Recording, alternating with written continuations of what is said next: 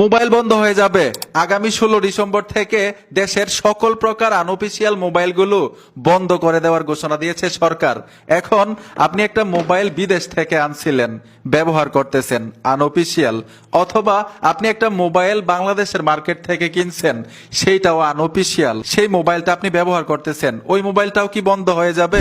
আপনাকে কেউ গিফট করেছে একটা মোবাইল, সেই মোবাইলটাও আনঅফিসিয়াল, ওই মোবাইলটাও কি বন্ধ হয়ে যাবে? এই প্রশ্নগুলো কিন্তু আমাদের ঘুরপাক খাচ্ছে। আজকের ভিডিওটা ভাই কন্টিনিউ করুন। আনঅফিসিয়াল ফোনগুলো কিভাবে বৈধতা করবেন, কিভাবে অফিসিয়াল করবেন, এইটাও জানতে পারবেন। বিদেশ থেকে আনা মোবাইল আপনি ব্যবহার করতে পারবেন কিনা এটাও জানতে পারবেন। 16 ডিসেম্বরের আগে কিভাবে বৈধতা করবেন আপনার মোবাইলটাকে, এইটাও জানতে পারবেন। এক কথায় হচ্ছে আজকের এই ভিডিওটা যারা যারা দেখবেন, মোবাইল বন্ধ নিয়ে আর চিন্তা থাকবে না। একদম সহজ করে আমি আপনাদেরকে বুঝাবো, একদম সহজ মাধ্যমে আপনার মোবাইলটাকে অফিসিয়াল করতে পারবেন। ঠিক আছে, কোনো চিন্তার দরকার নাই, ভিডিওটা কন্টিনিউ করুন। আমাদের প্রথম প্রশ্নটা হচ্ছে, আমরা যারা মোবাইলগুলো ব্যবহার করতেছি আনঅফিসিয়াল, সেগুলো কি বন্ধ হয়ে যাবে? এত টাকার মোবাইল ভাই যদি বন্ধ হয়ে যায় কি করব মোবাইল দিয়ে, ঠিক না? এই প্রশ্নের উত্তরটা আগে দেই।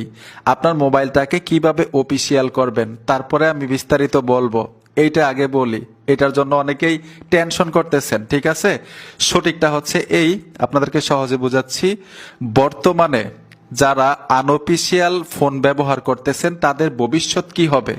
বর্তমানে যারা ব্যবহার করতেছেন, এখানে স্পষ্টভাবে লেখা আছে, বর্তমানে NEIR সিস্টেম চালু হওয়ার আগে যারা আনঅফিসিয়াল অবৈধ মোবাইল ফোন ব্যবহার করতেছেন তাদের হ্যান্ডসেটগুলোর ক্ষেত্রে সরকার ব্যবহারকারীদের কোনো ভোগান্তি না দিতে বিশেষ ব্যবস্থা নিয়েছে।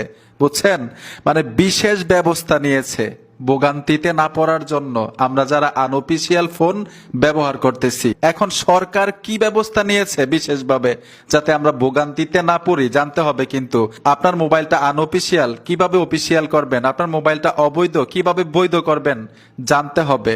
আপনি যাতে ভোগান্তিতে না পড়েন সরকার কিন্তু বিশেষভাবে ব্যবস্থাও নিয়ে রেখেছে। এর জন্যই বলছিলাম টেনশন করার দরকার নাই। এই প্রশ্নটাই কিন্তু সবার মাথার মধ্যে ঘুরপাক খাচ্ছে।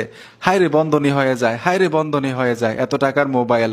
আসেন কি ব্যবস্থা নিয়েছে আমি সঠিকটা আপনাদেরকে জানাই। এখানে স্পষ্টভাবে লেখা আছে, সরকার ঘোষণা করেছে যে ন্যাশনাল ইকুইপয়েন্ট আইডেন্টি রেজিস্টার মানে NEIR সিস্টেমটি চালু হওয়ার পর ধরুন 16 ডিসেম্বরের আগ থেকে যারা মোবাইল নেটওয়ার্কে যুক্ত আছেন, মানে 16 ডিসেম্বরের আগ থেকে যারা মোবাইল নেটওয়ার্কে যুক্ত আছেন, অলরেডি একটা সিম ব্যবহার করতেছেন আপনার মোবাইলটার মধ্যে, এইটাই বুঝাইছে। কিন্তু যারা যুক্ত আছেন তাদের